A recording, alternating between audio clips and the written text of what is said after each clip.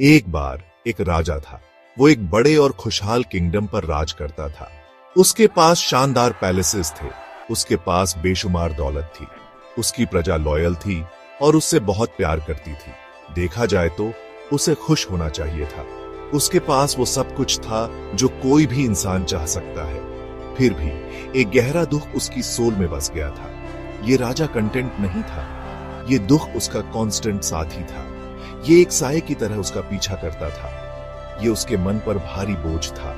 उसके दिन उदासी से घिरे रहते थे, उसकी रातें बेचैन और लंबी होती थी। कोई भी जश्न सच में उसका मन हल्का नहीं कर पाता था। कोई भी हीरा उसके अंदर के अंधेरे को रोशन नहीं कर पाता था। राजा को एक खालीपन महसूस होता था, एक ऐसा वॉइड जिसे कोई चीज भर नहीं पा रही थी। वो इस अनहैप्पीनेस से छुटकारा चाहता था।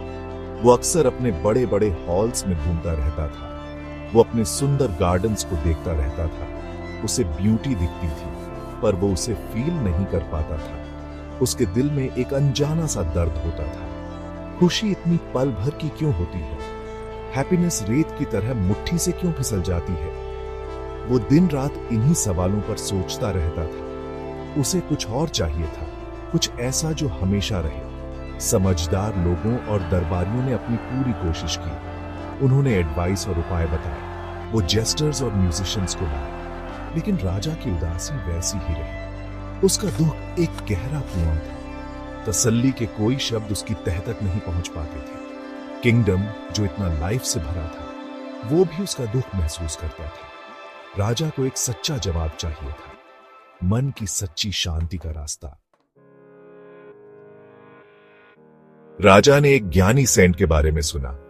ये महात्मा एक सिंपल सी लाइफ जीते थे। वो एक शांत फॉरेस्ट में गहरे अंदर रहते थे। लोग कहते थे कि उनके पास बहुत विजडम है। वो कहते थे कि वो लाइफ के सीक्रेट समझते हैं। राजा को उम्मीद की एक किरण दिखी। शायद ये सेंट उसकी हेल्प कर सके। शायद उनके पास उसकी प्रॉब्लम का सॉल्यूशन हो। उसने तुरंत सेंट से सलाह लेने का फैसला किया। तो राजा एक जर्नी पर निकल पड़ा। उसने अपना पैलेस और अपने कंफर्ट्स पीछे छोड़ दिए। वो फॉरेस्ट की तरफ चल दिया। वो उस साधु को ढूंढने के लिए डिटरमिन्ड था।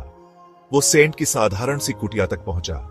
वो एक छोटा शांत आश्रम था। सेंट शांत मेडिटेशन में बैठे थे। उनका चेहरा काल्म और शांत था। उनकी आंखों में एक सौम्य रोशनी थी, गहरी समझ की रोशनी।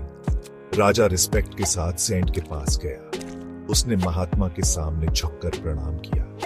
फिर उसने अपना बोझ